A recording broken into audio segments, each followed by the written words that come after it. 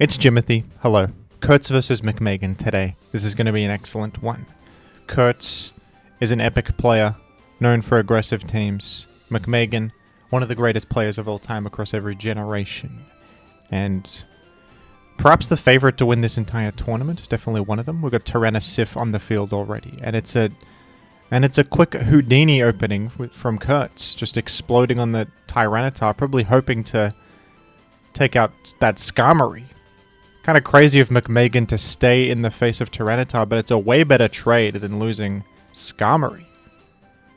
So going to get a layer up, and looks like a more defensive squad for McMeghan with Melodic revealed. Going to shrug off a Surf from Suicune. I wonder if we're going to see a substitute come down from Kerts.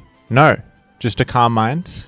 Maybe it's Rest Talk Suicune. It's something aggressive probably because of that Houdini opening. That usually tends to be an aggressive signal. We'll see how this goes. Kerts committing to more Calm Minds. Does McMeghan have Blissey? Yes. And Kerts gets ahead of the rests a bit. Can Sleep Talk here and maybe snipe this Skarmory incoming. Possibly with Surfs. Does indeed have Sleep Talk. Oh, it's Calm Mind Blissey from McMeghan. Okay. McMeghan has to go for this 1v1 then. McMeghan in a bit of an awkward spot. I mean, Suicune is way ahead on the boosts. Kerts didn't go for Sleep Talk that time. Just clicked button. Okay, wants to wake up later. Doesn't want to play the 1v1 because that adds variance to the situation. Blissey could crit or para or do nonsense. So doesn't want to play for the 1v1. Wants to keep Suicune. It's important. I think that's sensible from Kerts. It's tempting to go for the 1v1 there because it's a simpler thing to do, but not always the best thing to do. But Kerts keeping Suicune for later, and it can of course wake up as it comes in because he reset the sleep counter by not sleep talking. Just going to slam this Skarmory repeatedly. McMeghan not opting for any more layers, I guess because Claydol's up. Doesn't want to just play into a rapid spin and lose all the turns. Would rather just peck this Snorlax down, which seems sensible. That makes way for Blissey. Blissey can more easily do the Calm Minds. And then blows up on Skarm coming back in. Beautiful explode there. Eliminating Skarm finally. Alright, will Kerts take a Surf from Melodic for this rapid spin? It could be worth it. Just explodes. Okay, fully aggressive here. Probably Kerts is setting up for the Calm Mind Suicune win condition. And with Skarmory gone, can't be roared out anymore. And Salamence looks great too. Claydol comes in and gets 2 hit. It's a sacrifice on McMeghan's end. McMeghan can bring in Blissey, who threatens Ice Beam. The only obstacle for Kerts at this point is the Calm Mind Blissey, who is pretty excellent. And Regirock coming in. It's a boom spam from Kerts. Look at this. 4 explosion Pokemon and 2 sweepers. A classic sort of idea. Went for hidden power. Probably HP bug there for physical coverage. I think Regirock might live this Dug Earthquake. It's really bulky. Absolutely does. And uses counter. Wow, so Blissey's faster, so Ice Beam might KO? No! Oh my gosh, the best Regirock of all time. Okay, Blissey might actually... I was expecting Explosion, but the Regirock doesn't seem to have Explosion, actually. So Blissey might out-heal these superpowers. No, it does have Explosion. Okay. Well, that was wonderfully played by Kerts. That was excellent. Very interesting bring. This is kind of people think of this kind of style as a gimmick, but it's way better than you think. The boom spam offense. And it got McMeghan here. Interesting sequence there with the Skarm pecking in the face of Snorlax. Usually the Skarm wants to spike up, but McMeghan didn't want to play into the rapid spin without a spin blocker on his side. Well, Kerts up a game against the GOAT here. We love to see it. All right. McMeghan on the back foot. Can he come back? I mean, he has before in such a position. Gonna Earthquake incoming Starmie. That's significant damage.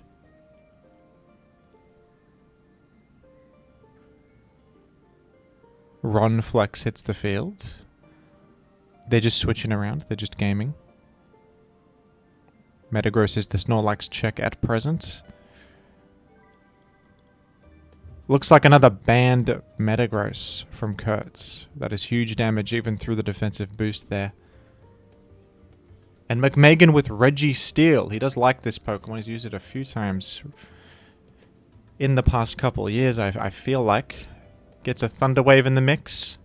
That's going to be a little bit better than straight up Seismic Tossing because you get one more Leftovers heal in the interim. And that might save you from this Dugtrio. That little bit of extra chip. No, a critical hit on Registeel. I don't know if that mattered. Depends on the Registeel set. Probably did. Registeel is very bulky. That probably mattered, I would say. So that's unfortunate. McMeghan had to have counter there to actually get Dug, though. So we don't know if McMeghan did have counter or not. Anyway. Switching Swampert in on Swampert. Looks like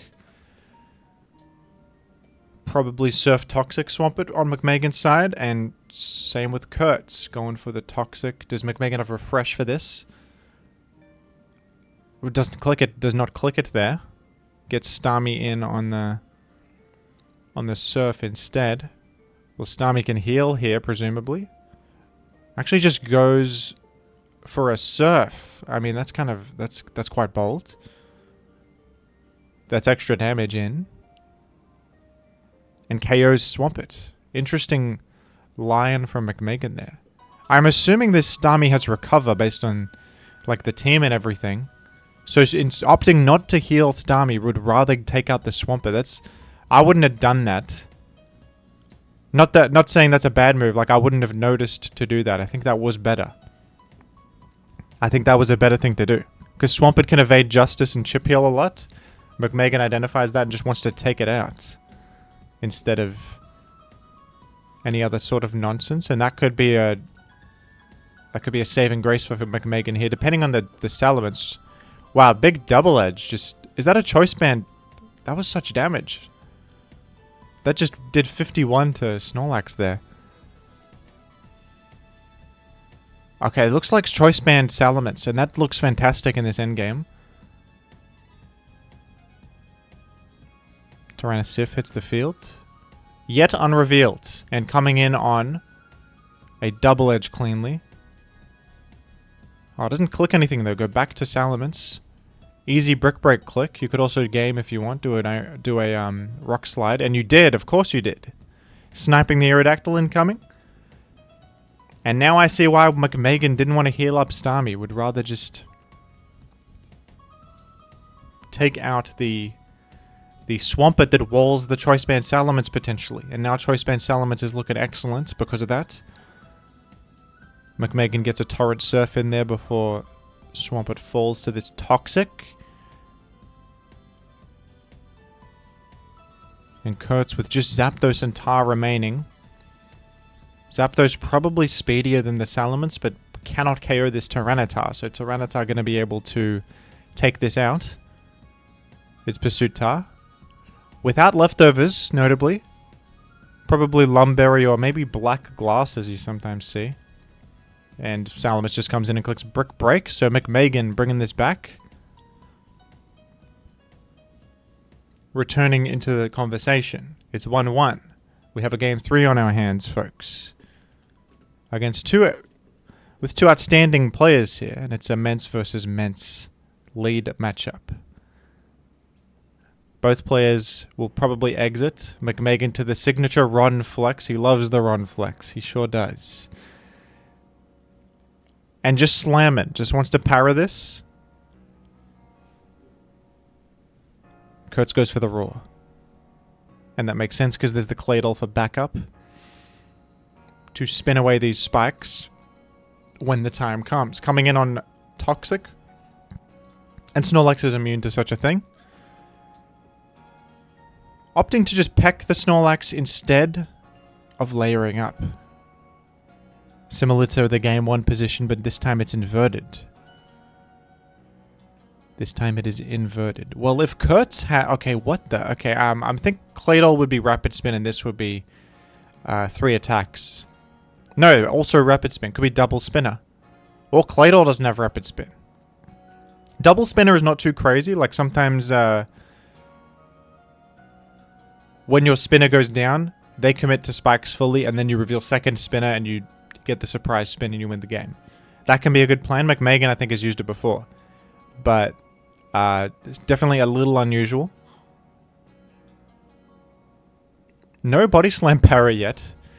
There's like been 6 hits in. Or something like that. Oh, big flamethrower. And Kerts goes for the layers. Did Kerts expect another physical Salamence there? Or didn't mind taking a flamethrower, perhaps? A fire blast might have been enough to KO. Not sure. That was a little dangerous. Gonna try and wish up the Skarm if possible. Probably can't this turn, no. Or could have taken T-Wave, I guess. You don't know if the Starmie will surf or not, though.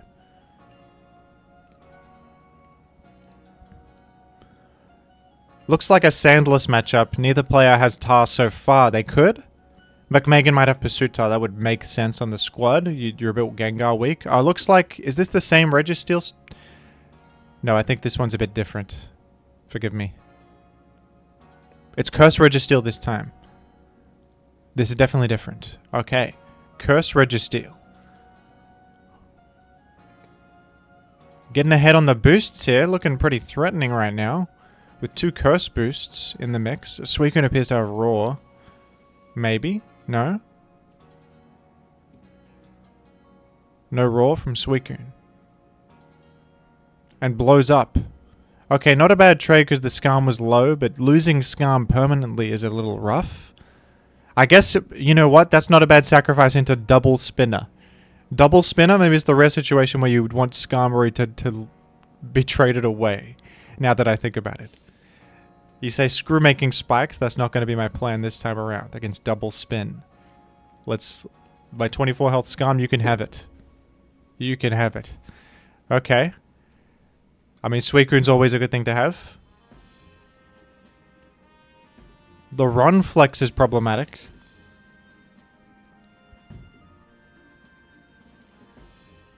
It is.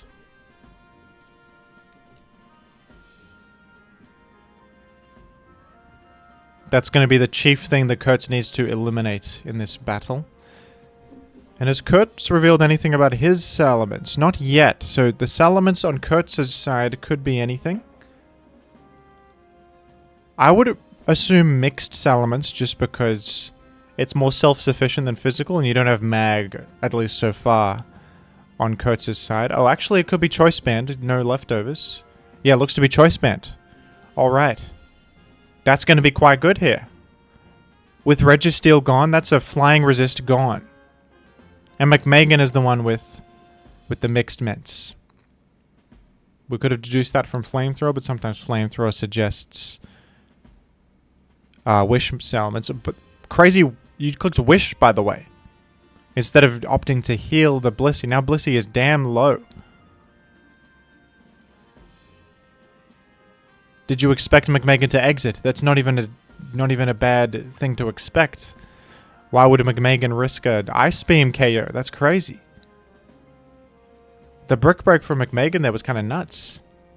Blissey really low. Ronflex taking a not insignificant 33 on the way in. Cursing up.